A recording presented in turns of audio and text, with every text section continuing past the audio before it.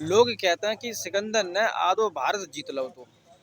अरे भैया, जिस सिकंदर ने एक छोटो सो राज्य ना जीत पाओ वो आधो भारत कहाँ से जीत लेगो।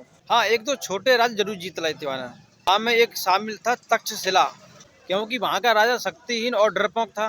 तक्षशिला जीतने के बाद फिर उसने पौरव राष्ट्र पर आक्रमण करने की योजना बनाई, लेकिन उसकी हर योजना विफल हो रही थी। कहते हैं कहावत में कि जो जीता वही सिकंदर।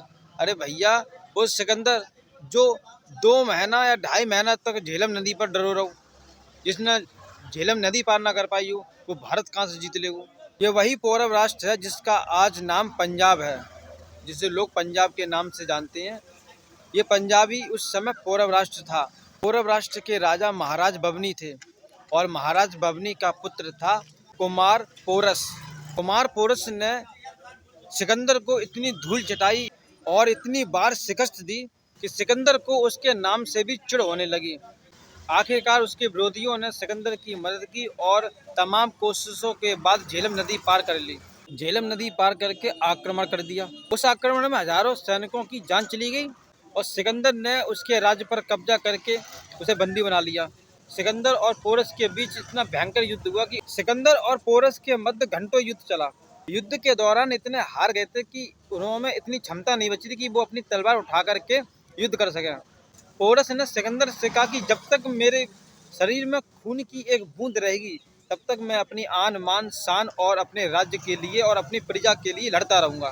तुम भले ही मेरे शरीर के टुकड़े कर दो, मेरा खून मेरे शरीर से बाहर कर दो, फिर भी मैं अंत सांस तक अपनी प्रजा और अपने राज्य का साथ नहीं छोड़ूंगा। सिकंदर ने आखिरकार हार मान ली और सिकंदर ने कहा पोरस से कि तुम किस मिट्टी के बने हुए हो।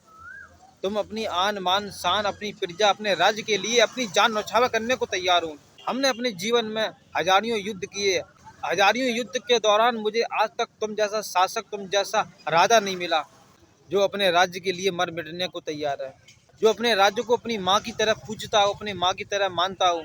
मैं ऐसे राजा को सल्यूट करता हूँ। और इतना कह करके इन दोनों के बीच में जितनी गहरी दुश्मनी थी उतनी ही गहरी मित्रता हो गई। सिकंदर ने चलते हुए कहा कि तुम्हें मित्र भविष्य में जब भी हमारी जरूरत हो, अब जब भी मुझे याद करोगे मैं हाजिर हो जाऊंगा। इतना कह करके सिकंदर वापस लौटने की तैयारी करने लगा।